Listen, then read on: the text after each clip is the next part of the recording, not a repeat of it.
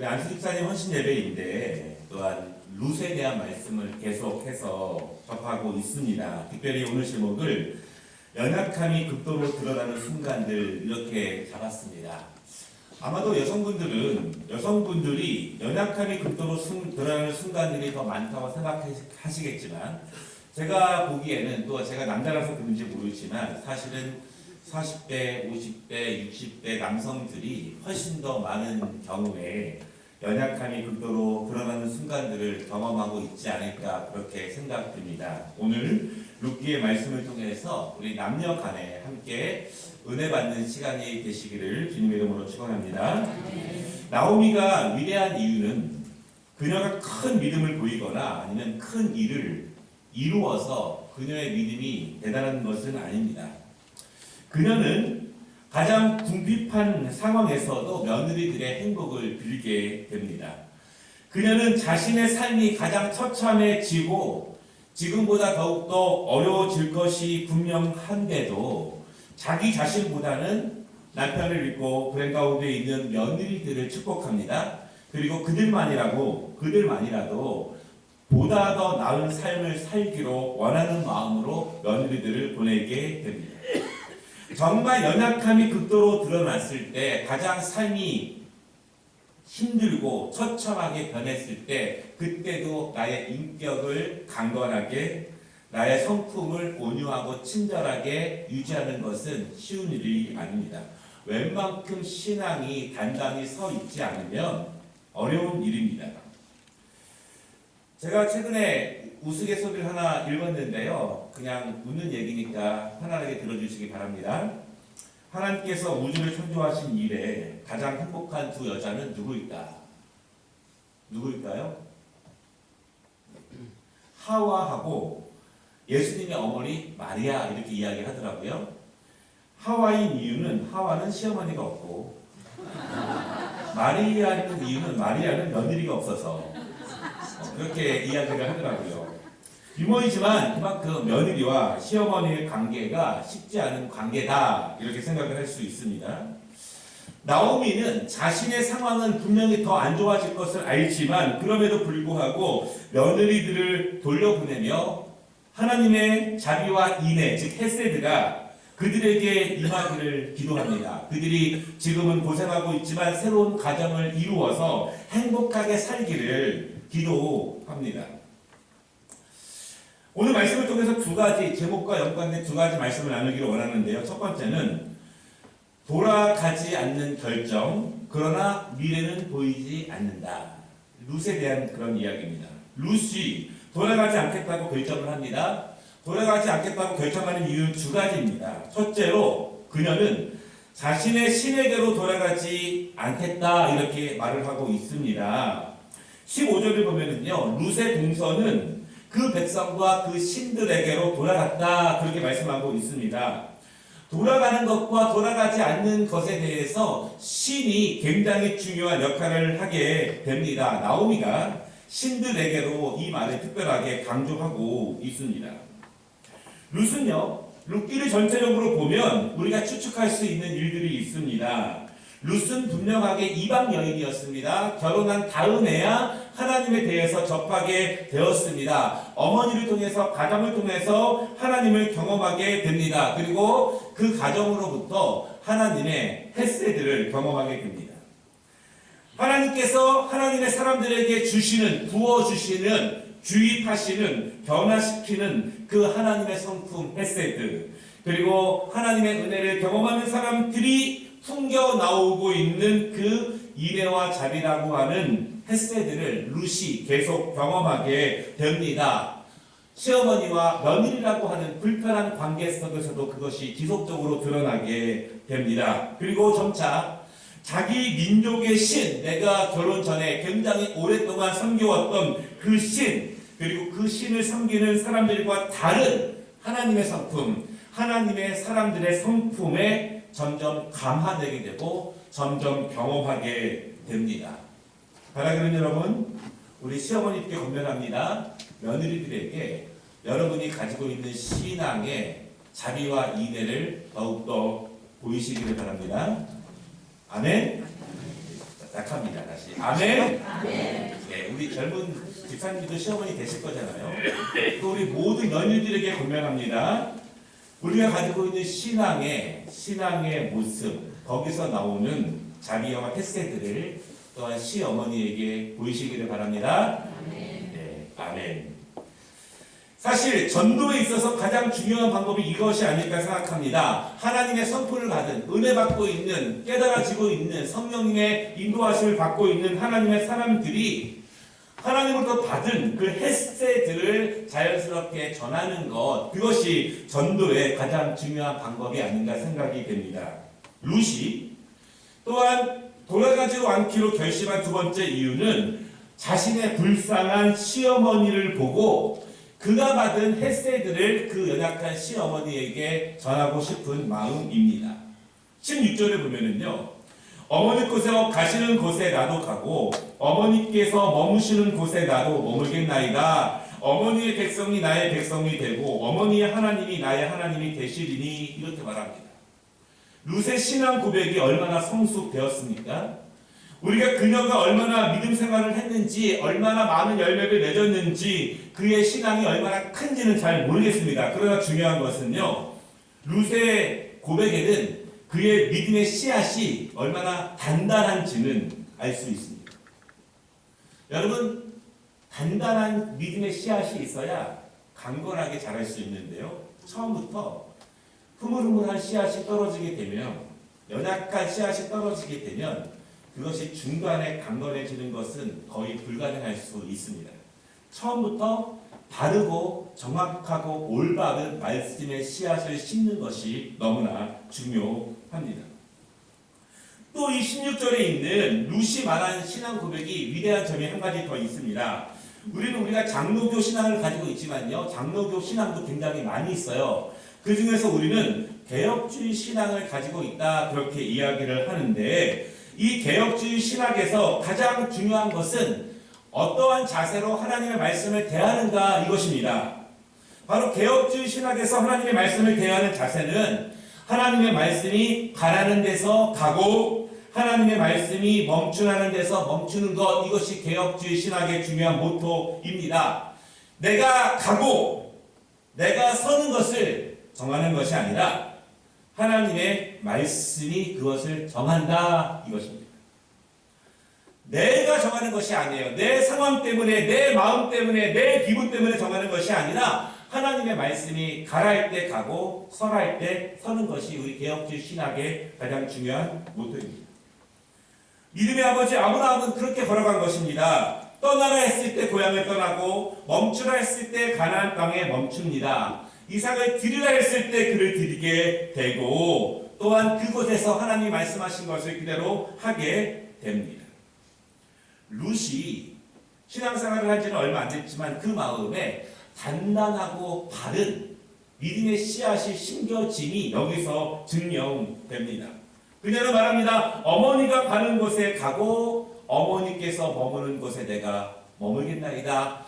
내가 하나님의 백성이 되고 하나님이 나의 하나님이 될 것입니다. 믿음의 사람들이 고백했던 그 믿음의 고백의 길을 룻이 따라가고 있다는 것입니다. 여기서 중요한 포인트가 하나 더 있는데요.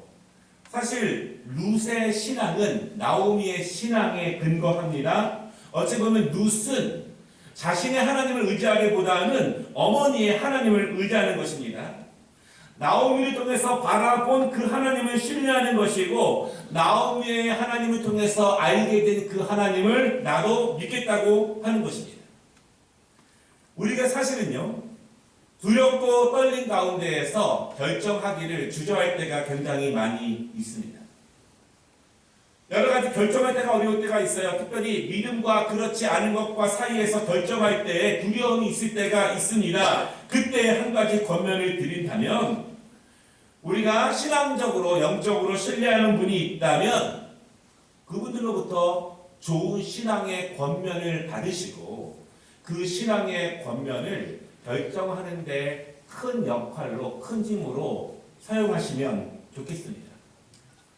물론 그분이 내 아버지가 되시고 내 어머니가 되시고 내 시어머니가 되시면 더 좋겠지만, 그렇지 않다면 가까운 장로님이나 권사님을 통해서 내가 두렵고 떨림 때문에 결정하기에 주저할 때 신앙의 권면을 받으십시오. 신앙의 권면, 믿음의 선배들의 간증과 그들이 경험한 하나님, 그리고 그들의 신앙 고백을 통한 그 권면이 우리에게 진실될 수 있습니다. 왜 그렇게 하냐면 여러분 장로님들이나 또한 목회자들이라고 완벽해서 권면할 수 있는 것이 아니라 우리도 실패해 보았기 때문에, 후회해 보았기 때문에, 주저해 보았기 때문에 그러한 비슷한 상황 가운데에서 두려움과 떨림으로 어려워하는 분들에게 보다 바른 영적인 지혜와 말씀의 길을 제시할 수 있기 때문에 그렇습니다. 한 신학자가 이 부분에 대해서 이렇게 말합니다. 룻은 새로 만날 남편, 그리고 그 남편을 통해서 얻게 될 행복과 안정감, 그것과 오래된 어머니를 따라가면은 불행해지고 더 처참해질 것이지만 그 행복과 불행 사이에서 고민하다가 어머니를 선택하는 것은 아니다. 룻은 도리어 모압 사람들, 그녀가 살고 있었던 돌아가면 또 섬기게 될 그 신, 그모스 신을 거부하고 이스라엘의 하나님을 택한 것이다. 그렇게 말합니다. 룻이 나오미를 따라가기로 결정한 것은 그의 지극히 종교적인 결정이다. 그렇게 말합니다. 제가 여기서 중요한 은혜를 받았습니다. 어머니를 따라가는 데 있어서 중요한 결정의 근거가 무엇이냐? 그것이 종교적인 근거라는 거예요. 신앙적인 근거라고 하는 것입니다. 여러분, 우리가 인생을 살아가면서 많은 결정들을 해야 되지 않습니까? 그런데 신앙적인 면이 가장 중요한 요인이 될 수 있을까라고 하는 거예요. 이것이 말처럼 쉽지 않습니다. 신앙으로 결혼을 결정합니다. 신앙으로 신앙으로 직업을 결정합니다. 신앙으로 사업을 결정합니다. 신앙으로 내 스케줄을 결정합니다. 신앙으로 내 여가 생활을 결정합니다. 신앙으로 예배 시간을 결정합니다. 쉬운 일이 아니에요. 요즘 그렇게 말하면 구식 취급당합니다. 그렇게 믿으면 안 된다. 그렇게 이야기합니다. 여러분, 그렇지만 정말 신실한 성도들은 결정함에 있어서 신앙적인 면이 우선됩니다. 다른 무엇보다도 신앙적인 면이 우선돼요. 사실은 다르게 이유를 말하는 분들은 사실은 연약한 변명일 수 있습니다. 룻은 새로운 남편을 만나고 고향으로 돌아가면 안정감이 있고 평안함이 있을 수 있어요. 그러나 그것 때문에 결정한 것은 아닙니다. 어머니를 따라가는 것, 그것이 더 처참하고 더 어려울 수 있습니다. 그 결정을 하면은 더 괴롭게 살 수밖에 없어요. 그렇게 미래가 보여요. 결정은 이렇게 했지만 그 미래가 결국 밝지 않다는 것입니다. 그럼에도 불구하고 그 길을 갈아가는 것은 지극히 신앙적인 결정인 거예요. 하나님이 거기 계시기 때문에, 하나님이 그 자리에 계시기 때문에 그 자리로 걸어가는 룻의 결정입니다. 여러분, 우리가 신앙적인 결정을 한다고 해서 내 미래가 찬란하지 않을 수 있습니다. 내가 믿음으로 결정한다고 해서 하나님이 나에게 축복을 막 부어주시지 않습니다. 그러나 그곳에 하나님이 계시고 하나님의 뜻이 계시고 그곳에 하나님의 말씀이 계시다면 우리는 소망을 바라보며 인내하며 믿음으로 나아갈 때 하나님께서 은혜로 그 길 끝에서 우리를 기다리고 계심을 여러분 믿으시기를 바랍니다. 아멘. 바라기는 우리 장로님들, 권사님들, 안수집사님들이 믿음의 후배들에게 또한 그렇게 권면하고 그렇게 축복할 수 있는 우리 교회가 되시면 좋겠습니다. 두 번째 말씀은요. 그럼에도 불구하고 현실은 텅 비었다 이것입니다. 그렇게 결정하고 돌아가지만 아무것도 없고 공허합니다.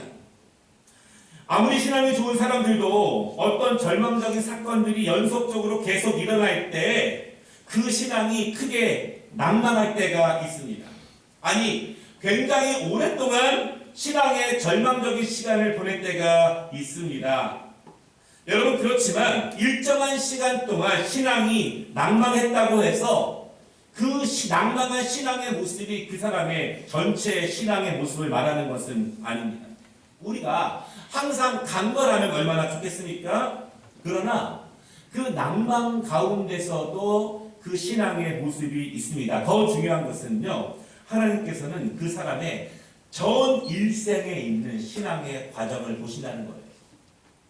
어떤 분이 이렇게 질문을 했습니다. 신앙이 좋은 권사님이 계셨는데요. 그분이 마지막에 사실 치매에 걸리셔서 완전히 예수 안 믿는 사람처럼 행하시고 완전히 예수를 부인하고 그렇게 하다가 돌아가셨습니다. 그럼 그분은 구원받을 수 있습니까? 제가 이렇게 말씀을 드렸어요. 치매에 걸리지 않더라도 우리는 큰 절망과 어려움 가운데에서 낭망할 때가 있고 그 좌절의 시간이 길어질 수 있습니다. 그러나 하나님은 그 모습, 마지막 모습이라 할지라도 그것 가지고 판단하시는 것이 아니라 그의 전 인생 가운데 하나님께 기도했고 섬겨왔고 신앙으로 나아갔던 전 인생의 믿음을 보십니다. 그렇게 말씀을 드렸습니다. 여러분, 그것이 맞습니다. 오늘 나오미는 그런 과정을 겪고 있습니다. 그리고 굉장히 절망적인 그런 시간을 보내고 있습니다. 인생의 고단함을 가지고 고향으로 돌아왔는데 그 고단함을 고향 사람들이 보고 있습니다. 고향 사람들은요, 그녀의 이렇게 변해버린 모습을 보고 놀라게 됩니다. 그때 나오미가 말합니다. 나를 나오미라 부르지 말고 마라라 부르라, 그렇게 말하게 됩니다. 나오미의 이름은 환희, 사랑스러움, 그런 뜻인데요. 마라는 씁쓸함, 쓰다, 그렇게 말하고 있습니다. 우리가 이 나오미의 고백 가운데 하나 생각해 볼 부분이 있는데, 나오미가 20절에서 그렇게 말해요. 이는 전능자가 나를 심히 괴롭게 하셨음이니라, 이렇게 말합니다. 어찌 보면, 잘못 읽으면 나오미가 그렇게 살아가게 된 모든 탓을 하나님께 돌리는 것 같습니다. 나는 열심히 살았는데, 나는 아무 잘못이 없는데 이 모든 것을 하나님이 이렇게 하셨다. 나는 어느 정도 바르게 착하게 살았는데 하나님이 이렇게 하셨다. 그렇게 생각할 수도 있습니다. 이러한 나오미의 고백을 우리가 두 가지 정도로 생각해 볼 수 있는데요. 첫 번째는 나오미의 신앙이 잘못된 신앙으로 변질됐을 가능성도 있습니다.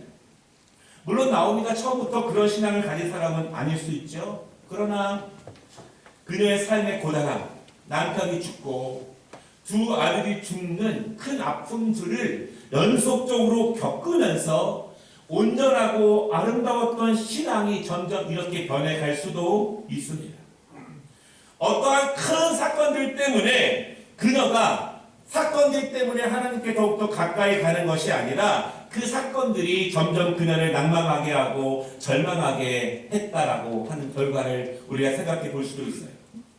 그렇다면 여러분, 우리가 고난을 만날 때마다 하나님으로부터 멀어진다면, 우리가 무엇인가 서운해하고 섭섭할 때마다 하나님으로부터 점점 멀어진다면, 우리가 시험을 당할 때마다 점점 하나님으로부터 멀어진다면 사탄은 계속 그 부분을 파고들 것입니다.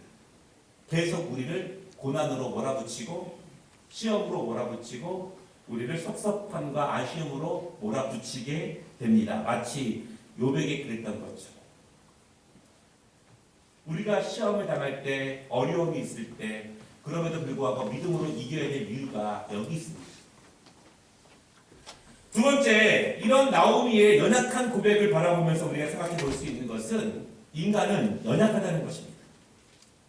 우리가 하나님을 믿고 있고 그분을 따르고 있지만, 최선을 다해 따르고 있지만 우리도 고난 앞에서 넘어지고 그 고난이 연속적으로 일어날 때 우리는 절망할 수 있다는 것을 인정하는 것입니다. 다시 말하면 모든 인간은 연약하다는 것이죠. 인간은 고난 앞에 한없이 큰 절망을 느낄 수 있는 존재라는 것입니다. 그리고 그 고난을 하나님 앞에 아낌없이 토로할 수 있는 존재라고 하는 것입니다. 이런 기사를 봤는데요. 40대, 50대 어머니들에게 인생의 가장 험한 말을 누구에게 듣습니까? 조사했더니 가장 높은 퍼센트가 딸에게 듣습니다. 어머니가 평생 못 들어본 말을 딸에게 듣는다고 하더라고요. 저는 잘 모르겠어요. 그렇지만 저도 누나가 있었고 여동생이 있었기 때문에 그런 이야기를 종종 듣게 됩니다.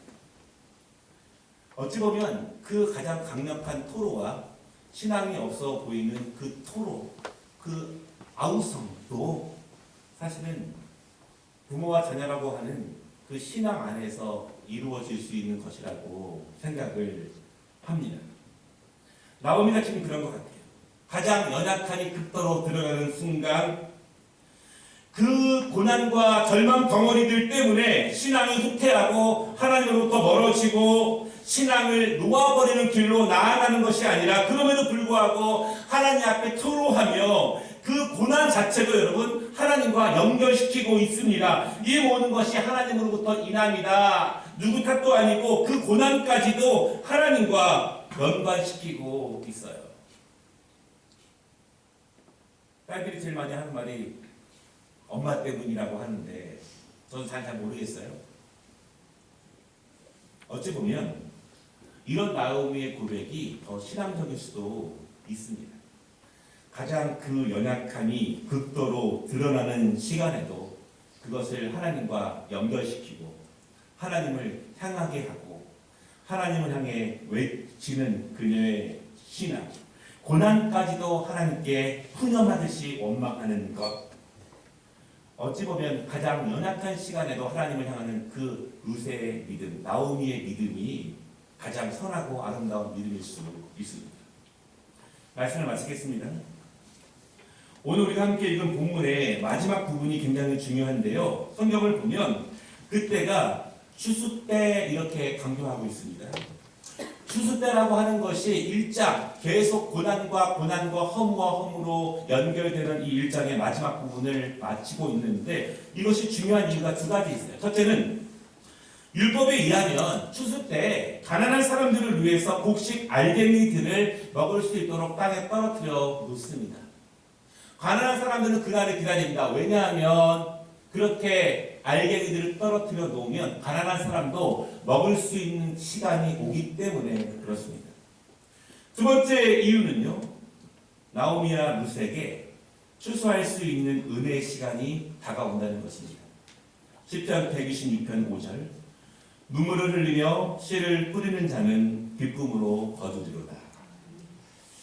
우리가 가장 연약함이 드러나고 절망과 아픔과 힘듦이 있지만 눈물로 기도로 씨를 뿌리면 기쁨으로 거둘 수 있는 추수의 날이 곧 올 것입니다. 이 모든 은혜가 우리 안수 집사님들에게 우리 모든 성도들의 가정에 임하시기를 주님의 이름으로 축복합니다. 기도하겠습니다.